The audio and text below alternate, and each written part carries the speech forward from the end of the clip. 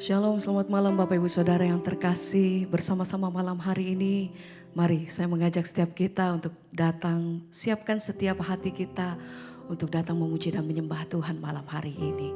Mari bersama-sama kita satukan hati, kita berdoa. Terima kasih buat malam hari ini Tuhan. Kalau kami boleh ada sebagaimana kami ada, kami bersyukur semua oleh karena kasih dan anugerah-Mu. Kami boleh melewati sepanjang hari ini oleh karena kasih dan kekuatan daripada Tuhan. Dan bersama malam hari ini kami berkumpul Tuhan di dalam hadirat-Mu. Dimanapun kami berada saat ini kami percaya Tuhan bahwa hadirat-Mu itu tidak pernah terbatas. Engkau yang menyertai setiap langkah hidup kami sampai hari ini. Tuhan yang menjadi kekuatan dan pertolongan bagi setiap kami. Pengharapan kami hanya Engkau Tuhan. Satu-satunya yang kami percaya. Terima kasih buat semua kasih dan kemurahan Tuhan dalam hidup kami sampai hari ini. Ini pujian kami, ini nyanyian kami bagi Engkau Tuhan. Yang kami andalkan hanya Engkau. Terima kasih, terima kasih. Kami bersyukur Tuhan biar malam hari ini kami mau bawa setiap hati kami. Kami naikkan pujian dan penghormatan kami bagi Allah yang maha tinggi.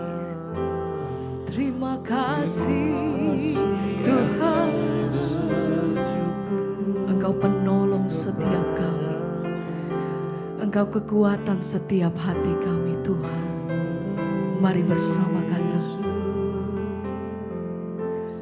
penolongku hanyalah dirimu. Amin. Penghiburku hanya Engkau Bapa. Selalu Engkau menyertai setiap langkah hidup. Engkau Bapa, Bapakku yang terima kasih Tuhan. Penolongku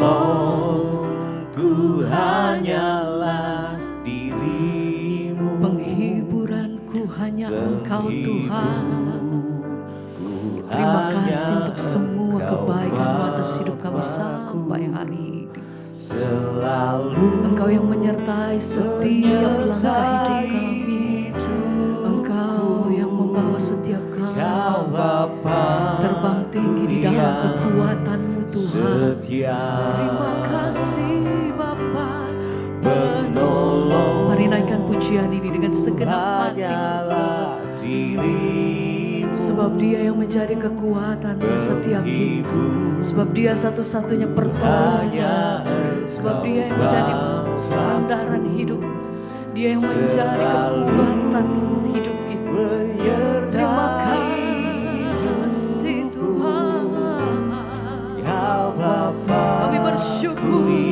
Terima kasih Bapa penolongku hanyalah dirimu. Penghiburku hanya bersyukur Tuhan. Terima kasih buat semua yang Tuhan beri dalam hidup kami sampai hari ini. Kami bersyukur Bapa.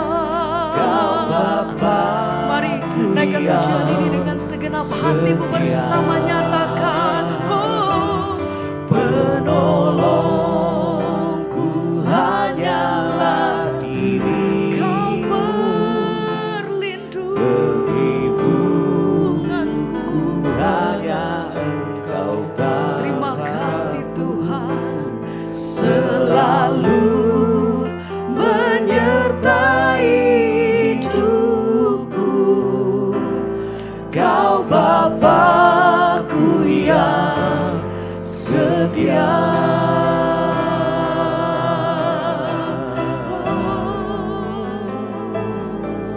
Sebab hanya Engkau yang menjadi pertolongan kami Tuhan. Hanya kepadamu kami berharap penuh. Hanya kepadamu kami percaya. Engkau satu-satunya sumber kekuatan hati kami Tuhan. Dalam perkara apapun, satu hal yang kami percaya, Tuhan tidak pernah meninggalkan setiap kami. Yang kami pegang teguh hanya Engkau. Bersama, mari sekali lagi bersama-sama katakan pujian ini. Penolongku hanyalah dirimu, penghiburku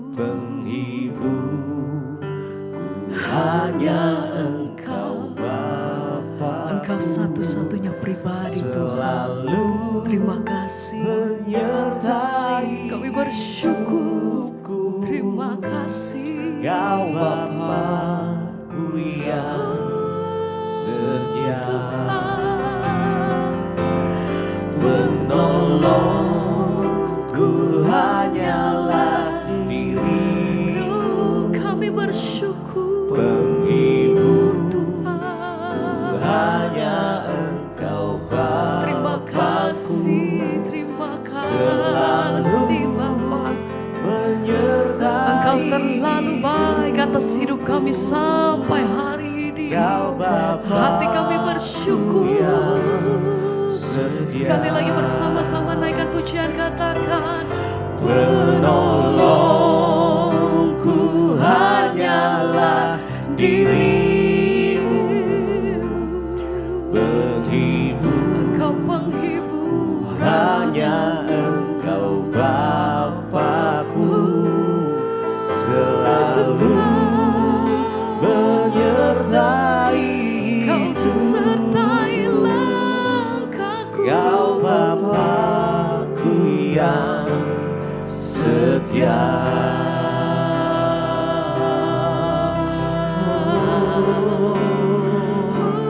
Kau Bapa-Ku yang setia, setia Tuhan.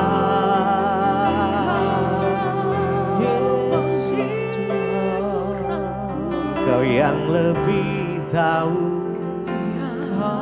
yang terbaik buat setiap kami Tuhan.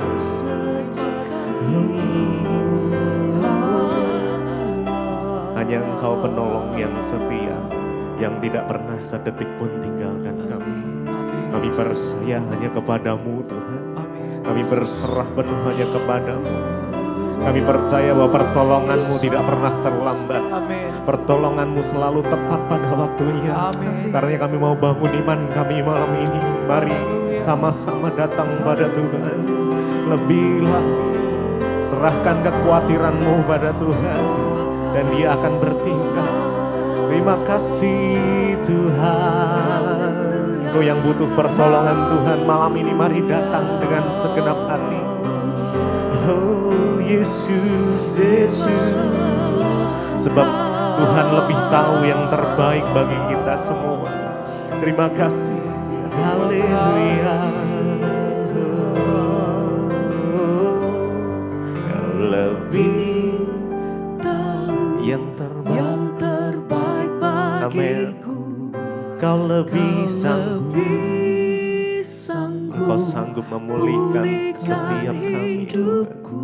Kami berserah. Ku percaya hanya Yesus, penolong yang setia. Kau lebih tahu yang terbaik. Mari dengan segenap hati yang terbaik bagiku. Amin. Kau lebih sanggup pulihkan hidupku. Ku berserah, ku percaya hanya Yesus, penolongku yang setia.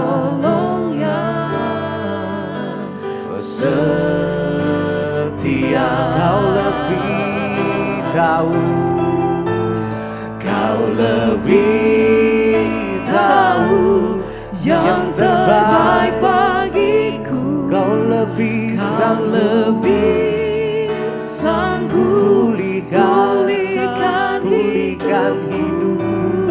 berserah, berserah, percaya, ku percaya, hanya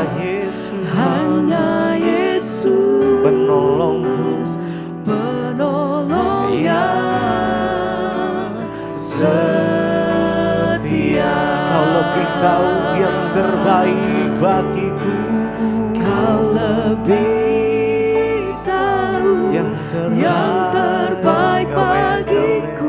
Kau lebih Kau sanggup, lebih sanggup pulihkan hidupku. Ku berserah, ku percaya, hanya Yesus, penolongku yang setia. Mari lebih lagi, Kau lebih tahu,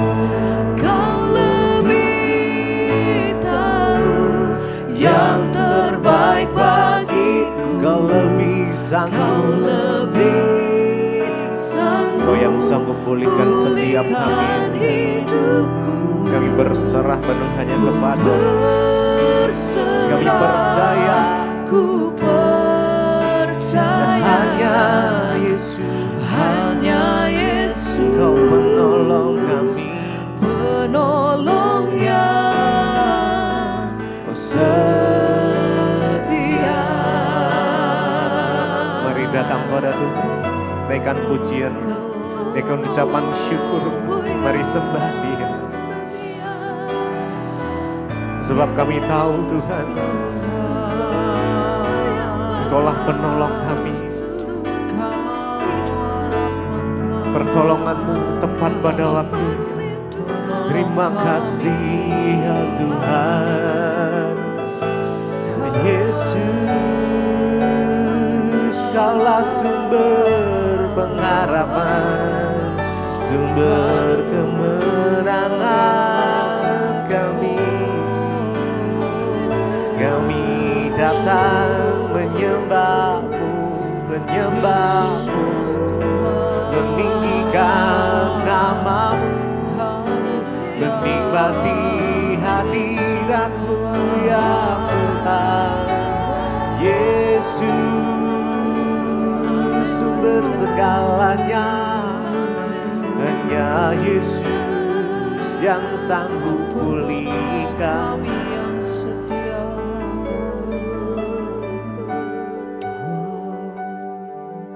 Yesus,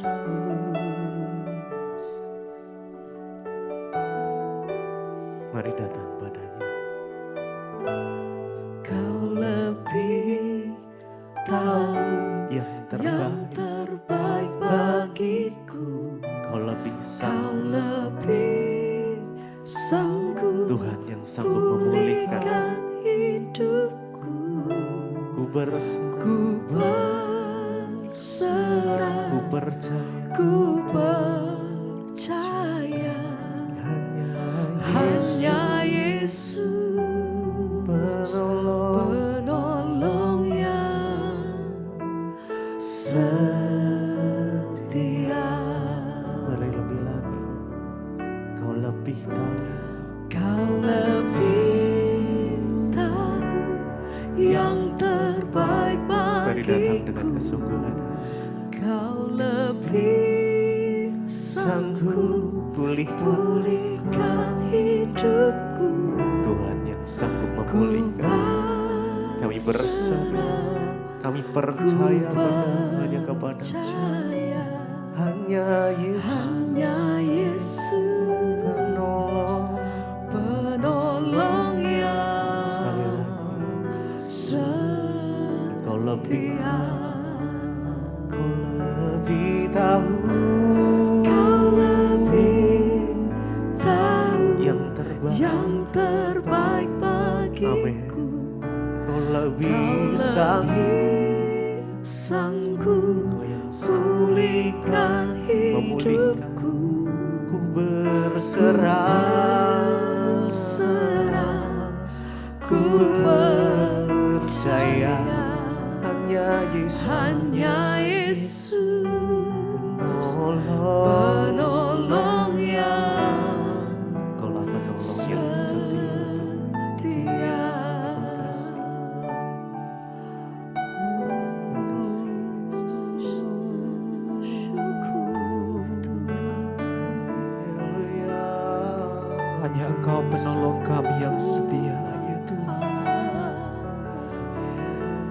Dan hanya Engkau yang paling mengerti hidup kami ya Tuhan. Hanya Engkau yang paling peduli dalam hidup kami ya Tuhan. Sebab itu kami datang kepada Engkau malam hari ini ya Tuhan. Kami menyerahkan setiap hidup kami ke dalam tangan-Mu Tuhan.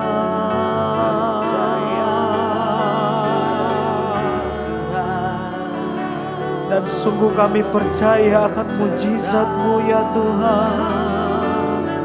Kami percaya pertolongan-Mu Tuhan. Kami percaya mujizat-Mu Tuhan akan terjadi bagi kami malam hari ini ya Tuhan. Dan mujizat-Mu sementara Engkau kerjakan bagi kami malam hari ini ya Tuhan. Oh Yesus, haleluya. Kami percaya. Sama-sama katakan, ku percaya janji-Mu ajaib terukir dalam kehidupan kami ya Tuhan.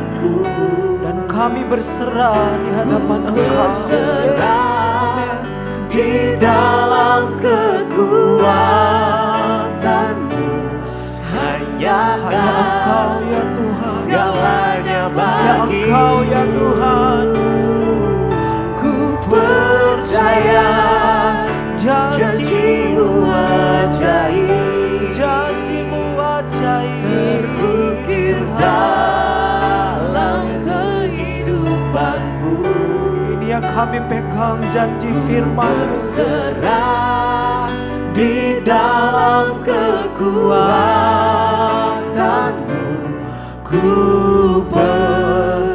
mari umat Tuhan yang percaya mujizat Tuhan sementara terjadi, sama-sama katakan, ku percaya janji-Mu ajaib, amin, terukir dalam kehidupanku.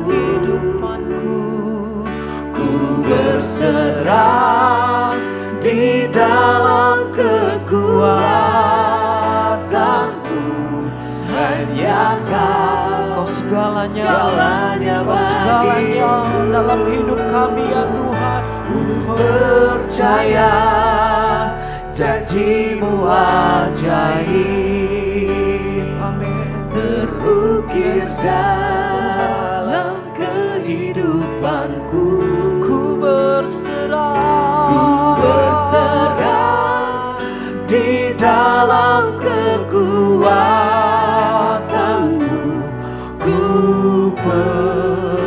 Sekali lagi umat Tuhan, datangkan kepercayaan-Mu kepada Tuhan.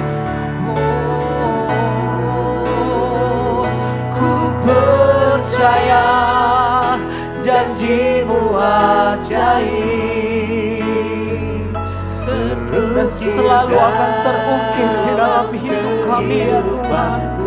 Kami pegang firman-Mu, kami pegang janji-Mu ya Tuhan. Kau segalanya, hanya Kau segalanya bagiku.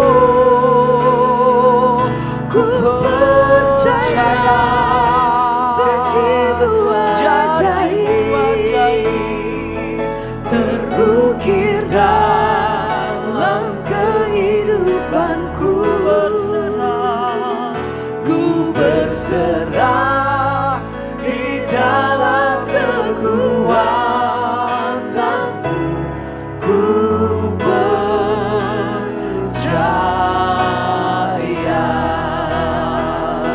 Haleluya. Kami percaya kan janji-Mu ya Tuhan. Sebab janji-Mu ya dan amin.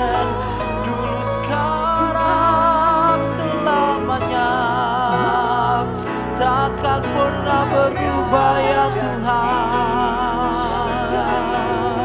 Sebab Engkau Allah penolong kami yang setia. Kasih-Mu, kuasa-Mu, mujizat-Mu tidak pernah berubah dulu, sekarang, dan selamanya ya Tuhan. Oh, mari angkat tanganmu saudara di hadapan Tuhan, katakan, ku percaya janji-Mu ajaib terukir dalam kehidupanku. Kami berserah kepada Engkau ya Tuhan. Berserah di dalam kami berserah kepada Engkau ya Tuhan. Hanya Kau segalanya bagiku. Ku percaya janji-Mu ajaib, amin, terukir dalam kehidupanku. Ini kami ya Tuhan. Ku berserah di dalam kekuatan-Mu. Ku percaya.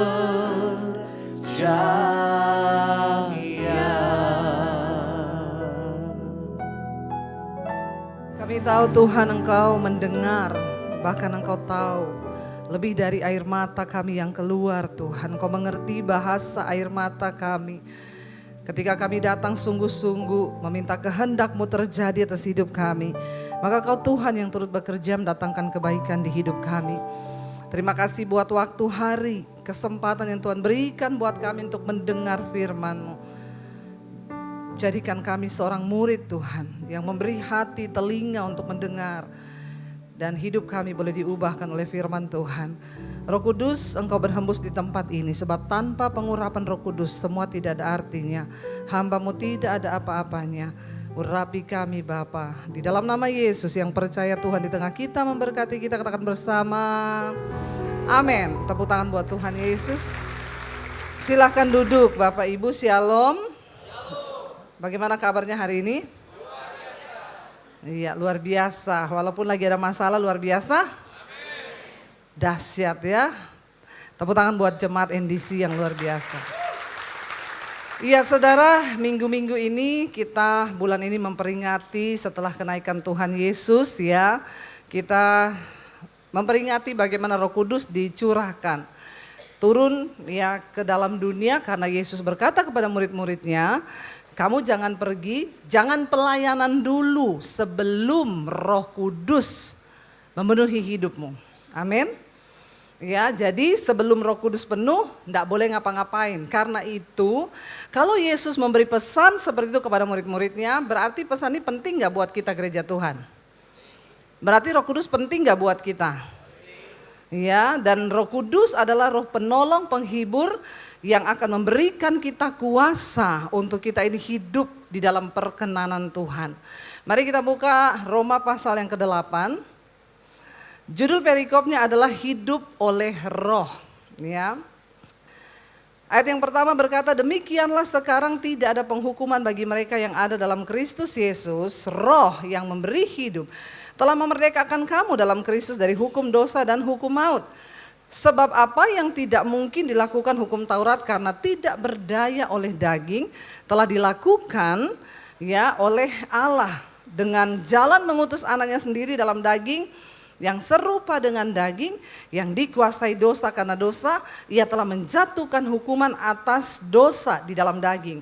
Saudara, dikatakan ayat 2, roh yang memberi hidup ya telah memerdekakan kamu dalam Kristus dari hukum dosa dan hukum maut. Ya, saudara, ini penting bagi kita supaya kita tahu. Lalu apa sih fungsi Roh Kudus di dalam kehidupan orang percaya, orang Kristen?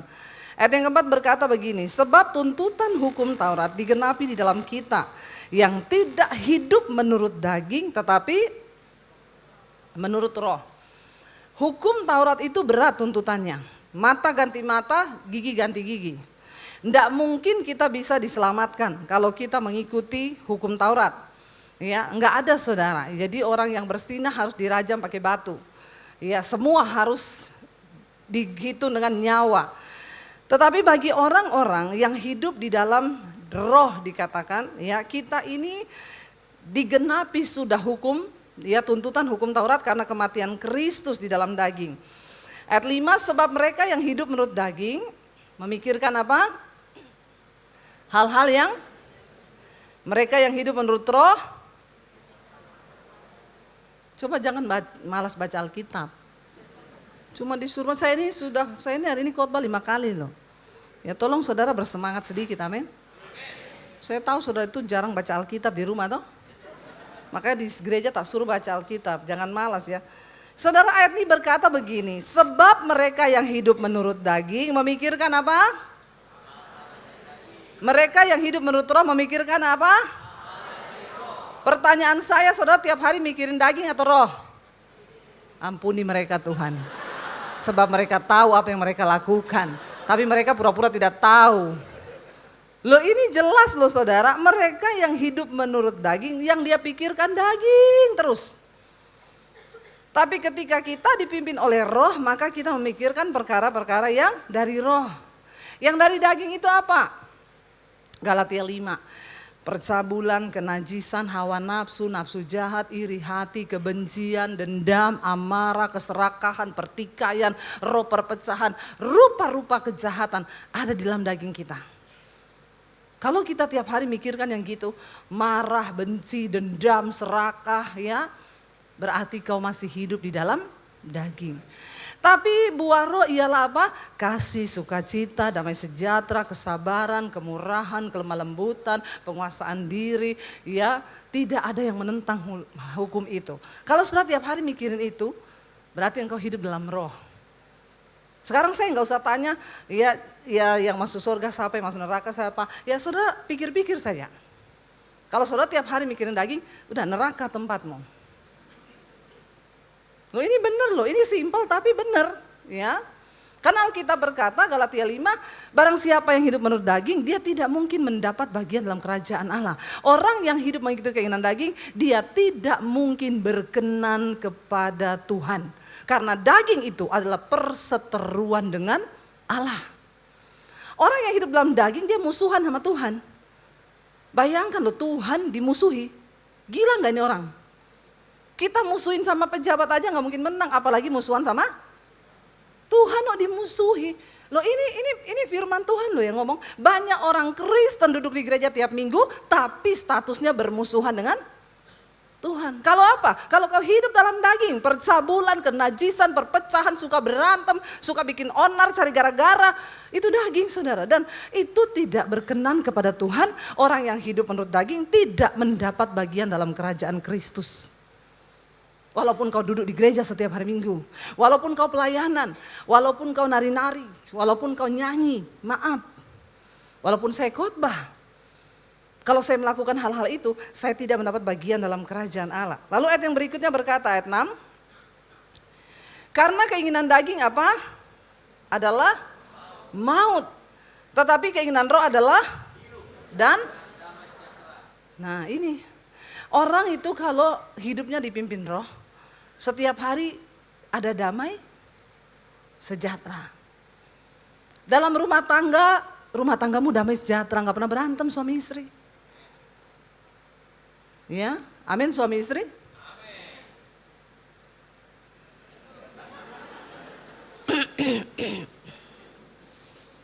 Ini ya, ada malaikat loh yang mencatat. Jangan sampai kau tiap hari berantem, amin kata malaikat, pret. Hati-hati ya, hati-hati. Jadi keinginan roh itu hidup dan damai. Orang yang hidupnya penuh dengan roh, dipimpin oleh Roh Kudus, damai hidupnya itu. Tiap hari sukacita, damai sejahtera, ya walaupun gak ada duit tetap damai, amin. Loh, saudara itu ya habis amin terus menertawakan diri sendiri tuh loh. Saya tuh bingung ya kenapa banyak sekali pencitraan di sini ya. Habis amin, habis itu tertuduh. Biasa aja keles. Ya, kok tertuduh begitu ya? Ayat yang ke-7 berkata begini, sebab keinginan daging adalah apa? permusuhan, perseteruan terhadap Allah karena ia tidak takluk kepada hukum Allah. Hal ini memang tidak mungkin baginya. Orang yang hidup dalam daging bermusuhan dengan Tuhan, dia nggak mungkin takluk kepada firman Tuhan. Karena memang hal itu tidak mungkin baginya. Makanya saudara, saya sedih ada statement dari seorang hamba Tuhan begini. Hamba Tuhan itu tidak boleh dihakimi. Kalau lihat hamba Tuhan jatuh jangan dihakimi. Karena dulu hamba-hamba Tuhan ini sebelum dipanggil mereka juga orang biasa. Hidup dalam kenajisan, percabulan, ya. Dan itu tidak bisa hilang walaupun mereka sudah jadi hamba Tuhan. Jadi ketika mereka jadi hamba Tuhan, mereka jatuh, bersinah, selingkuh, ya itu biasa, jangan dihakimi. Saya bilang pret. Maaf ya, kalau kau belum siap jadi hamba Tuhan, jangan jadi hamba Tuhan. Orang yang menerima Kristus dan Roh Kudus, dia akan tiap hari dibaharui, dia lepaskan roh-roh ini. Ya, kalau kau masih terikat dan kau berdiri di mimbar, lebih baik kau jangan melayani dulu. Jangan melayani dulu saudara. Ya, karena orang melayani Tuhan itu harus sudah diubahkan oleh Roh Kudus. Saya mau tanya, apakah saya masih bisa berdosa? Apakah saya masih berdosa? Jawab, saya masih berdosa enggak? Agak bingung, baru ditanya begitu sudah pada bingung ya. Saya masih berdosa? Iya, karena kalau saya bilang saya tidak berdosa, saya menjadikan Yesus pendusta, kata Yesus. Tapi saya tidak terikat dengan, artinya apa? Ya saya nggak mungkin dong ya hidup dalam perselingkuhan. Kenapa? Itu dosa keterikatan, bukan dosa kejatuhan. Jatuh itu apa? Marah. Saya masih bisa marah, masih. Saya masih manusia biasa. Saya masih bisa dalam hati punya perasaan yang nggak benar, bisa ya. Kalau saya datang lihat pengerjanya, ya ibu nggak senyum sama saya, dalam hati saya, ibu ngapain sih nggak senyum sama saya? Iri ya? Itu dosa enggak? Dosa. Tapi kalau orang ada Roh Kudus, maka Roh Kudus ingetin, cek hati, cek. Alarm bunyi, nit. Dosa lu, hatimu enggak beres. Tuhan ampuni saya Tuhan. Mungkin ibu itu lagi besok mau jatuh tempo, jadi dia nggak senyum. Lo bener, itu dosa. Jadi nggak mungkin seorang hamba Tuhan bisa berselingkuh dan ngomong itu kejatuhan. Itu doyan.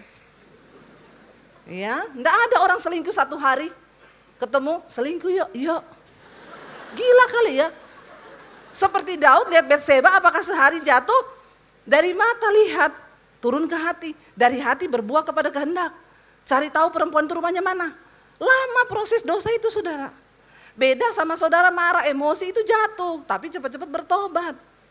Makanya dikatakan di sini keinginan daging itu perseteruan terhadap Tuhan. Lah kalau pendeta bersinah, selingkuh, homo terus suruh maklumi, ya mending jangan pelayanan dulu ya, mau dibawa kemana jemaat? Ya, makanya ada ibu-ibu tanya sama saya, Bu saya datang ke gereja, gembala saya khotbah, saudara saya dikirimi film porno, saya nonton enggak? Nonton dong. Kan saya masih manusia. Lalu pulang berantemlah suami istri ini. Kata istrinya gini, Bu saya bingung ya sama gembala saya, kenapa? Soalnya suami saya itu saya lagi suruh berhenti dari pornografi. Dia tiap hari nonton pornografi, saya bilang kamu jangan nonton pornografi loh, itu membawa kutuk loh dalam hidup rumah tangga kita. Ya. Suaminya bilang gini, tuh kan, gembala aja nonton pornografi. Apalagi aku yang jemaat. Jadi ibu itu tanya, Bu menurut ibu saya harus bagaimana? Keluar dari gereja itu Bu, sesat tuh gembala. Hati-hati loh saudara. Iya, hati-hati loh. Kita harus hidup kudus dan Roh Kudus itu pasti tidak sejahtera. Bukan berarti setelah kita nikah kita bisa nonton film porno. Itu sesuatu yang tidak kudus. Ya, jangan main-main loh. Ya, kalau kita punya Roh Kudus dikatakan itu hal-hal yang membuat kita ini bermusuhan dengan Tuhan, percabulan, kenajisan. Lalu saudara dikatakan daging itu memang tidak mungkin taat. Berarti kalau ada pendeta yang masih doyan selingkuh, pelayan Tuhan yang masih doyan hidup dalam kenajisan, engkau masih hidup dalam daging. Walaupun engkau pelayanan dan kau tidak berkenan kepada Tuhan. Terus ngapain lu pelayanan? Mending turun dulu jadi jemaat biasa. Amin. Sebagai jemaat pun saudara, kalau engkau terus main-main dengan kedagingan, kau tidak berkenan pada Tuhan. Kita baca ayat yang ke-8, kalau nggak percaya ini kata firman Tuhan. Mereka apa? Yang hidup dalam daging, apa? Ini ayat yang ngomong bukan saya ya. Jangan ngomong Ibu Debbie itu pendeta hukum Taurat. Kalau ngomong penghukuman, neraka, ini ayat yang ngomong orang yang hidup dalam daging tidak mungkin berkenan kepada Tuhan. Tidak mungkin berkenan. Ya, yang tiap hari marah-marah, emosi, bersinah, itu keinginan daging itu semua. Kita masih bisa berdosa, marah masih bisa. Tapi jangan marah. Marah-marah itu kedagingan. Ya, itu gila, sakit jiwa. Kalau cuma marah biasa ya itu kejatuhan. Tapi kalau tiap hari marah, ya bahaya saudara. Itu kita perlu cek dalam diri. Ayat 9 berkata 1, 2, 3.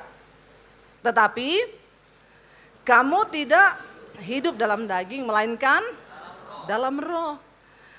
Jika memang roh Allah diam di dalam kamu. Tetapi jika orang tidak memiliki roh Kristus, ia bukan. Amin saudara. Dikatakan tetapi kamu tidak demikian, kamu tidak hidup dalam daging, melainkan hidup dalam roh. Jika memang roh Allah itu diam di dalam kita. Makanya saya selalu berkata tidak semua orang Kristen masuk surga. Roh Kudus itu adalah materai yang diberikan Allah, itu materai loh. Surat itu bisa jadi sah kalau ada materai. Alkitab bilang Roh Kudus adalah materai yang diberikan Allah kepada orang percaya. Nah waktu Yesus datang atau masa pengangkatan tiba, siapa yang akan mengalami pengangkatan dan siapa yang akan masuk dalam kerajaan Allah? Mereka yang punya cap materai itu, yang hidupnya dipimpin oleh Roh Kudus. Amin. Lalu dikatakan di sana saudara, tapi kalau orang tidak memiliki Roh Kristus, ia bukan milik Kristus. Loh tapi saya Kristen loh, nggak peduli. Loh KTP saya Kristen, nggak peduli. Loh saya pelayanan, nggak peduli. Itu yang Tuhan bilang. Ketika nanti Yesus datang kali yang kedua, banyak orang akan datang dan mengaku, Tuhan aku melakukan mujizat demi namamu, aku bernubuat, aku khotbah, tiap minggu aku dancer di gereja, aku singers Tuhan, aku main musik Tuhan. Tuhan bilang, enyahlah engkau dari hadapanku, aku tidak mengenal engkau pembuat kejahatan. Tapi sebaliknya Yesus akan berkata, marilah kepadaku hai kamu yang melakukan firman dan kehendakku. Makanya kita para pelayan Tuhan hati-hati. Jangan bangga waktu kita ini melayani di mimbar ini tuntutannya berat. Tidak gampang. Kita harus diproses mematikan daging dulu baru kita berdiri di sini. Jangan sembarangan. Ya, oh kasih karunia kok. Ya, biar saya selingkuh, saya tetap bisa pelayanan. Saya pelakor, saya pelayanan. Walaupun saya tulang lunak, saya pelayanan. Hati-hati. Ya, kau berdiri di sini, tuntutannya berat. Mending gak usah pelayanan. Beresin dulu hidupmu. Gak gampang saudara. Ya, perlu proses mematikan daging baru seseorang itu, ya, bisa berkenan kepada Tuhan. Mau pendeta, mau jemaat, semua sama hukumnya. Waktu Tuhan datang gak dibilang pendeta baris di barisan paling depan, ya. Nanti pendeta masuk duluan, kagak ada. Alkitab bilang Yesus cuma datang, dia bilang mana yang melakukan kehendakku, mana. Mau lu pendeta, mau lu jemaat, mau lu pendoa, mau siapapun yang melakukan kehendakku. Jadi goal dari kekristenan, apakah kita melakukan firman atau tidak? Itu saja. Lalu dikatakan begini saudara, ya. Tetapi jika Kristus ada di dalam kamu, maka apa? Tubuh memang mati karena dosa, tetapi roh adalah kehidupan karena kebenaran. Roh ini yang menghidupkan kita yang sudah mati ini. Tadinya kan kita mati karena dosa. Kita terpisah dari Allah, roh kita mati. Tapi Yesus datang, Roh Kudus diberikan dalam diri kita, roh kita dihidupkan kembali. Makanya hidup kita yang tadinya dipimpin oleh daging, sekarang berubah menjadi dipimpin oleh roh. Yang kita ikuti keinginan roh, bukan lagi keinginan daging. Ya, Karena itu saudara, ya sering kali kita ini harus melakukan sesuatu yang berat, rasanya itu daging kita aduh berteriak. Tapi kalau Tuhan maunya begitu ya kita harus taat. Saya tuh berapa hari lalu mengalami saudara. Hari-hari ini lagi khotbah tentang Roh Kudus terus. Tiba-tiba ya dari bulan Februari yang lalu saya itu di-tag seseorang di Facebook. Ada yang komen begini, Bu Debbie tolong klarifikasinya. Saya klik, ternyata ada seorang pendeta, ngakunya sih pendeta, saya nggak tahu benar atau tidak. Tapi dia pelayanan. Dia itu angkat foto, lalu dia bikin status begini. Ya, Debbie Basir itu pembohong, penipu. Semua kesaksiannya palsu. Dia nggak pernah diusir dari keluarganya, dan dia dari kecil lahir itu Kristen. Tapi dia ngaku-ngaku diusir dari keluarganya supaya dia dapat uang banyak. Lalu orang teks saya, Bu Debbie mohon klarifikasinya. Saya jawab di situ, Pak maaf ya, saya nggak kenal Bapak ini siapa. Tapi ini fitnahnya jahat loh Pak. Orang bohong itu nggak gampang loh. Saya punya keluarga yang masih hidup sampai hari ini. Saya punya teman-teman sekolah SD, SMP, SMA. Ya, untuk berbohong itu tidak gampang apalagi di zaman sosial media seperti sekarang ini. Bapak kalau ada masalah dengan saya, mari kita selesaikan Pak. Tapi jangan mengupload foto saya di media sosial, ada hukumnya. Waktu dia upload itu ratusan komentar ya. Orang-orang sakit jiwa mungkin ya. Yang ikut berkomentar di situ menghujat saya ratusan saudara. Saya biarin saudara. Tapi itu tidak enak kan kita mau tidur juga nggak nyenyak ya saudara kalau digituin orang ya. Saudara kalau begitu tidur nyenyak apa enggak? Atau saya yang kelainan? Saudara nyenyak aja tidurnya kalau digituin orang? Enggak ya, saya tuh bukan apa-apa mikir orang ini kenapa ya? Dia masalahnya apa dengan saya? Sampai kadang saya tidur malam gitu, tapi ketika saya merenung, ya Roh Kudus ngomong gini, doain aja. Ya udah Tuhan suruh doain, saya sebut namanya. Saya doain. Februari suami saya bilang, nggak usah digubris say, diamin aja. Ya udah saya diamin Februari. Bulan Maret dia upload lagi foto saya satu keluarga yang waktu pergi ke Jepang. Ya kan saya tulis gini, apa yang tidak pernah dilihat, tidak pernah timbul dalam hati, Tuhan sediakan bagi orang yang sungguh-sungguh percaya kepada Dia. Foto saya di Jepang, dia upload sama dia saudara. Tulisannya begini, pendeta hedon ini jalan-jalan ke luar negeri pakai uang gereja, menghabis-habiskan uang gereja. Ya makanya jemaat jangan tertipu bla bla bla bla. Dia pakai ayat lagi begini. Lalu jemaat-jemaat sakit jiwa komen di bawah lagi. Ya. Kenapa saya bilang sakit jiwa? Ya sakit jiwa, lu nggak tahu kebenarannya, kenapa lu komen gitu ya? Berarti kan ini lagi penuh iri dengki hatinya ya. Kenapa saya tulis status begitu? Karena saudara, beberapa waktu sebelumnya saya tuh bilang sama suami gini, kita ini sudah ke Amerika bolak-balik, tapi ke Jepang kita belum pernah loh. Terus suami saya bilang ya udah, kita berdoa atur waktu ya, nanti kita pergi ke Jepang. Lagi ngomong begitu, tiba-tiba ada orang WA, Bu, sudah pernah ke Jepang belum? Belum. Saya mau ke Jepang lihat anak, mau nggak sekalian kirim paspor sini, saya beliin tiket, saya siapin hotel, ibu tinggal berangkat aja. Mujizat enggak? Bagi saya itu mujizat, karena saya nggak ngomong-ngomong, cuma ngomong dengan suami, di kamar nggak ada yang tahu. Tapi ternyata dibocorin sama Tuhan ke orang lain. Dia dengar, dia bilang, ayo Bu, ya udah saya berangkat lah. Makanya ketika di Jepang saya foto, saya tulis apa yang tidak pernah didengar, nggak pernah dilihat oleh mata. Ya, di-upload pendeta hedon jalan-jalan pakai uang gereja, habis-habisin uang perpuluhan. Saya dalam hati saya, lu pikir saya gembala, saya ini YouTuber. Maaf ya, maaf. Nggak usah tepuk tangan, nggak usah. Biasa aja keles. Ya, maaf ya, jangankan ke Jepang ya. Iya, saya ke planet Mars aja bisa. Sombong. Lo diingetin Roh Kudus lo sombong. Ya udah saudara, akhirnya orang komen lagi di situ ratusan menghujat. Memang makanya nggak usah bayar perpuluhan, nggak usah bayar ini, nggak usah bayar gini. Aduh saudara, orang-orang tuh kalau kepahitan, kalau beriri dengki ya, komen-komennya itu. Saya lagi bilang lagi ke suami, ini gimana ya suami saya bilang ini, kamu itu sekarang public figure loh. Saya bilang apa iya toh? Iya, Ya, lihat kayak Maya Estianti, mereka kan bukan hanya punya fans, mereka juga punya haters. Dalam hati saya, jadi suami saya bilang, enggak usah dipikirin, diamin aja. Ya beda ya, suami saya Solo, saya Sulawesi. Wong Solo tuh sabar.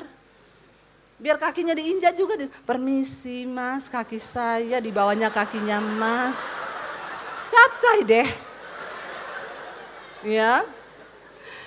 Jadi saudara, kalau malam tuh saya nggak bisa tidur ya, sampai jam 2 dia tuh bangun. Saya kamu belum tidur tuh, kenapa sih? Dia belai kepala saya, nggak usah dipikirin, saya nggak bisa, aku nggak memikirkan ini. Terus dia ngomong, kosongkan pikiranmu. Saya tuh nggak tahu mau sedih atau nangis saudara ya. Lah disuruh kosongkan pikiran tuh piye coba. Ya, dia bilang kosongkan pikiran, nggak usah dipikir. Aku bilang, saya pikiran dikosongin, gila aku, saya gila. Ya kalau masih bisa balik lagi. Kalau enggak balik lagi besok saya ketawa-ketawa sendiri piye. Tapi dia bisa tidur begitu saudara. Saya enggak bisa tidur. Saya bilang ini udah enggak main-main loh. Foto keluarga kita sama anak-anak saya enggak salah loh. Orang ini jahat. Besoknya saya lihat udah komen banyak. Dia tambahin lagi, iya ini pendeta satu ini penipu, pembohong. Saya tuh punya bukti-bukti bahwa kesaksiannya tuh semua palsu. Saya masuk aja begini, maaf ya semua yang berkomen di sini, hati-hati dengan mulutmu ya. Fitnah itu ada hukumnya, kena di undang-undang ITE, saudara maaf. Ya fitnah, perbuatan tidak menyenangkan, pencemaran nama baik, bisa kena pasal saya tulis semua di situ. 6 tahun penjara, denda 1 miliar. Terus malah diejek. Oh iya kan, dasar pendeta kadrun. Nggak bisa dikritik, mau lapor polisi. Waduh saya tambah panas hati saya saudara. Saya berdoa dalam nama Yesus, Tuhan tolong saya. Jadi sekarang itu buat saudara saya juga mau ngomong hati-hati bermedia sosial. Sekarang kita upload foto orang tanpa izin, ya dia bisa tuntut kita loh. Soalnya kadang jemaat juga minta foto, bu cepet selfie, yang dia angkat ya mukanya bagus. Saudara pernah ngalami nggak temenmu angkat fotomu? Temenmu cantik banget dan kau? Itu sangat tidak menyenangkan.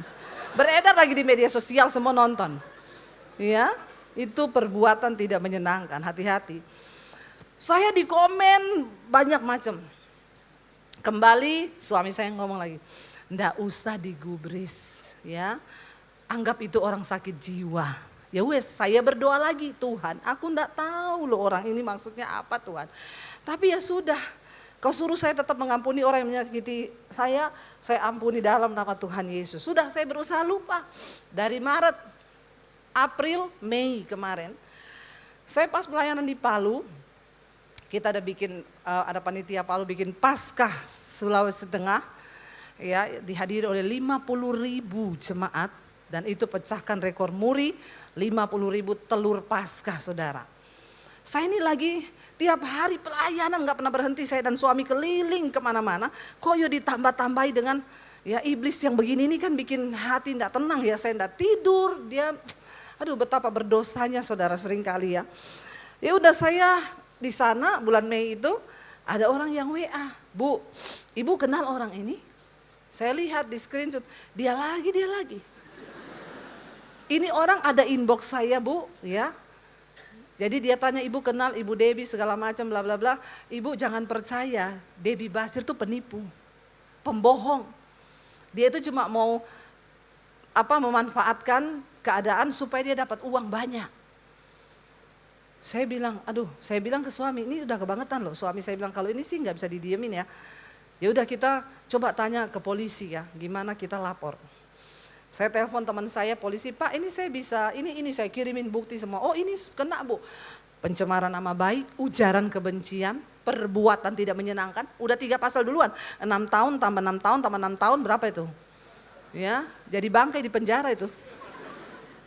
Lalu saya bilang, gini Pak, dia tanya, Ibu mau memenjarakan atau cuma mau mediasi untuk urusan damai? Saya nggak mau menjarain Pak, nggak ada untungnya juga saya penjarain orang begitu ya. Terus maksudnya polisi mediasi kita aja supaya damai. Kalau gitu Ibu jangan buat laporan tapi buat surat pengaduan. Ya, ibu tunjukkan semua keberatan itu di situ apa. Lalu suami saya bikinlah surat pengaduan ke polisi.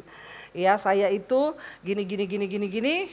Ya, sertakan semua bukti dan permintaan kami dua. Pertama, dia harus turunkan semua ujaran kebencian yang bukan hanya sama saya, sama pendeta-pendeta lain juga banyak. Pendeta-pendeta terkenal diangkatin saudara. Itu semua harus diturunin, termasuk juga tokoh-tokoh agama lain. Turunin semua. Yang kedua, saya minta dia bikin video klarifikasi bahwa dia sudah memfitnah saya, menyebarkan fitnah yang tidak benar. Akhirnya dia dipanggil polisi. Ya, lalu saya lihat ya di status itu dia cuma hapus foto saya, tapi statusnya tidak dihapus. Jadi semua ujaran-ujaran kebencian sama saya itu masih ada. Dia komen di situ, iya saya dilapor sama polisi nih. Tambah lagi, iya dasar pendeta kadrun, gini semua. Tambah banyak. Tapi buktinya juga sampai sekarang enggak dipanggil sama polisi, cuma ditegur atau apa. Saya masuk Pak, saya lihat kayaknya Bapak ini nantang. Tolong siapin semua bukti tentang fitnahan Bapak, siapa yang bilang saya bohong, nama-namanya semua Bapak siapin, kita nanti berketemu di polisi ya. Saya tarik semua tuh orang-orang yang memfitnah. Akhirnya nggak digubris saudara, terus dia di Facebook ya begini, aduh bikin saya itu emosi saudara. Pendeta juga manusia, punya rasa, punya hati. Jangan samakan dengan pisau belati. Lalu saudara, ya besoknya itu saya lihat dia tuh kok nggak bikin video, status nggak diturunin. Saya telepon polisinya, Pak sudah sejauh mana ini perkaranya Pak? Sudah Bu, kami sudah ingatin, tapi video belum ada dia bikin. Tiba-tiba teman saya teks saya, Bu dia udah bikin video nih, saya buka. Videonya gini saudara, saya nama ini saya mengaku saya bersalah, saya minta maaf karena sudah mengupload foto Ibu Debbie tanpa izin. Kan bukan itu yang saya minta, kan dia memfitnah saya, itu intinya. Dan juga akhirnya adik Ibu Debbie mengancam untuk membunuh saya. Jadi saya di situ semakin dihujat saudara.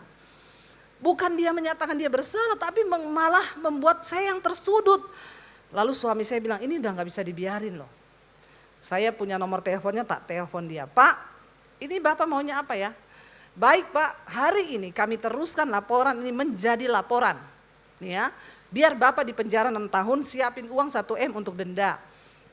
Saya telepon lalu dia bilang, lo maksudnya apa? Itu Bapak bikin video apa? Untuk mempermalukan nama saya kan? Itu orang sudah mencerca saya semua. Cepat Bapak take down video itu, kalau enggak udah saya laporin.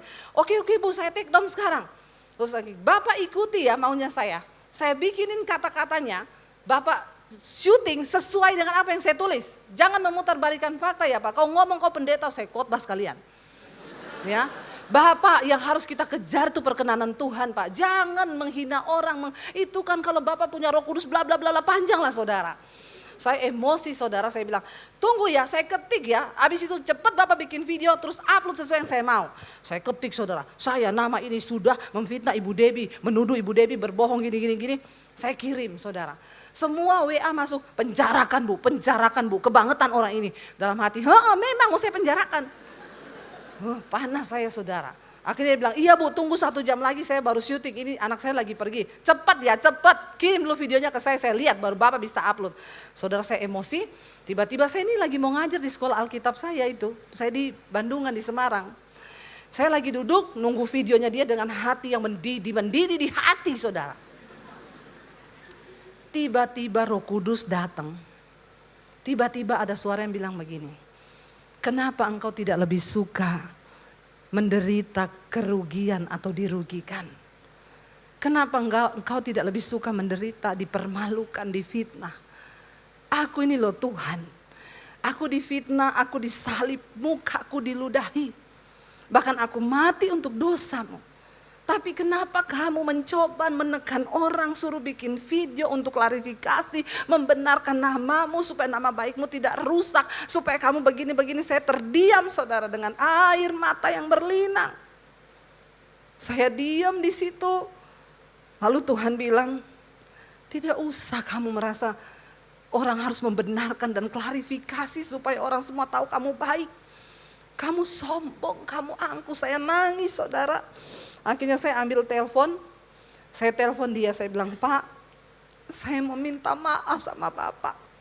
Saya berdosa, saya ini sombong, saya ini angkuh Pak. Tuhan tegur saya Pak. Kenapa saya nggak lebih suka menderita, dirugikan, difitnah. Maafkan saya Pak, dan Bapak tolong tidak usah upload video apapun. Sayalah yang sombong Pak. Dia kaget, saudara, dia bilang, loh Ibu kenapa Bu? Saya 1,5 jam lagi Bu saya bikin video itu. Jangan ketawa saudara, ini sedih loh. Dia bilang, bener Bu saya nanti tunggu anak saya pulang. Enggak Pak, jangan Pak, saya ditegur Roh Kudus. Saya bertobat dan hari ini Pak saya ampuni Bapak. Tidak usah Bapak klarifikasi apa-apa. Saya tidak peduli orang mau menjelekkan nama saya. Orang mau menghujat saya. Orang mau bilang saya apa. Biarkan Pak. Sebab Tuhan yang mengerti. Dan Tuhan yang paling tahu apa sesungguhnya yang terjadi. Jadi saya melepaskan pengampunan. Dia bilang begini, Bu. Saya baru kali ini ketemu dengan hamba Tuhan yang benar-benar hamba Tuhan ya Ibu. Saya bilang, lu pikir saya hamba hantu selama ini? Saya ini hamba Tuhan. Iya. Ibu benar-benar hamba Tuhan ya Bu.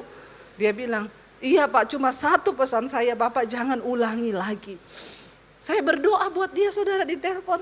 Tuhan ampuni kami, Tuhan ampuni hamba-Mu, ampuni juga dia Tuhan. Biarlah perkenananmu turun atas hidup kami, bla bla bla.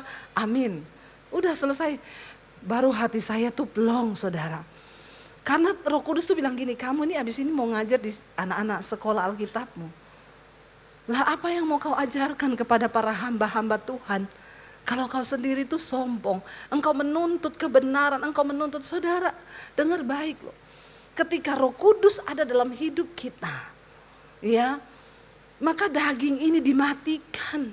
Saya yang emosi, begitu emosi dalam hati saya penjarakan kamu. Lihat ya kamu, belum tahu kamu siapa Debbie Basir. Begitu Roh Kudus datang. Dan yang saya heran saudara, waktu kita buka hati, saraf-saraf saya ini kayak dimatikan semua loh, kedagingan ini. Tiba-tiba saya lemes saudara, saya nangis air mata bercucuran. Saya ambil handphone, saya telepon dan saya langsung minta maaf. Kalau kita punya Roh Kudus. Saya undang para imam musik maju ke depan, jamnya rusak ya, udah habis ya. Baru kesaksian loh. Saudara, ya lihat ya, ini loh. Saya tanya sama Tuhan, kenapa Tuhan engkau izinkan ini terjadi? Lah kamu tuh lagi khotbah tentang Roh Kudus hari-hari ini. Iya. Apakah kamu mau mendengar? Apakah kamu mau tunduk kepada keinginan roh? Atau kamu sudah berubah karena mulai terkenal lalu kamu menjadi sombong? Saudara, apapun dosa yang mengikatmu hari ini, Roh Kudus tahu semua keterikatan kita. Orang tuamu gak tahu, pendetamu gak tahu. Tapi Roh Kudus itu tahu sebab dia roh penolong. Hari ini, biar kita mau datang pada Tuhan. Kita mau bilang, kami tahu Tuhan, Engkau mendengar lebih dari yang kami doakan. Kau menjawab lebih dari yang kami harapkan. Bangkit berdiri bersama saudara. Yesus mendengar. Katakan bersama di hadapan Tuhan saudara. Jangan biarkan iblis mengintimidasimu, tapi dengar hari ini Tuhan tahu segala pergumulan kita. Naikkan pujian ini, katakan bersama, Yesus mendengar lebih dari yang kita doakan. Yesus mendengar lebih dari yang ku doakan. Yesus menjawab lebih dari yang ku harapkan. Dengan caranya di waktu yang tepat, ku kan melihat Dia jadikan semua. Yesus mendengar, Yesus mendengar lebih dari yang ku doakan. Yesus menjawab lebih dari yang ku harapkan. Dengan caranya di waktu yang tepat, ku kan melihat Mari kita tutup mata dalam hadirat Tuhan. Apa yang menjadi pergumulanmu hari ini? Dosa yang mengikat. Sesuatu yang membuat engkau tidak berkenan pada Tuhan. Amarah, kepahitan, dendam. Engkau tidak bisa mengampuni dan merasa aku direndahkan. Hari ini Roh Kudus ada di tengah kita, saudara. Biarkan dia berbicara di hatimu. Belajar dengar suaranya. Karena dia adalah roh yang akan menginsyafkan kita dari dosa. Dia adalah roh yang akan menolong engkau keluar dari semua ikatan dosa. Sebab roh yang membangkitkan Kristus dari kematian ada dalam diri kita. Dia yang akan memerdekakan setiap kita, saudara. Bagianmu hanyalah datang pada Tuhan dan berkata, ini aku Tuhan. Ini masa mudahku dengan segala kelemahanku, segala keterikatanku. Kita mau bilang sama Tuhan, aku tahu Engkau menjawab lebih dari yang kami doakan dan kami harapkan, Tuhan. Terimalah kiranya berkat dari Allah Bapa, cinta kasih Tuhan Yesus Kristus, penyertaan Allah Roh Kudus menyertai hidup memulai hari ini bahkan sampai kali yang kedua. Tuhan Yesus datang menjemput kita. Namamu tercatat di dalam kitab kehidupan dalam nama Tuhan Yesus. Mari yang percaya berkata, amin, amin, amin. Tuhan Yesus memberkati. Kau yang pegang tanganku, kau yang sentuh hatiku, selamanya ku cinta kau, Yesus. Selamanya ku menyembahmu, kau yang pegang tanganku, kau yang sentuh hatiku, selamanya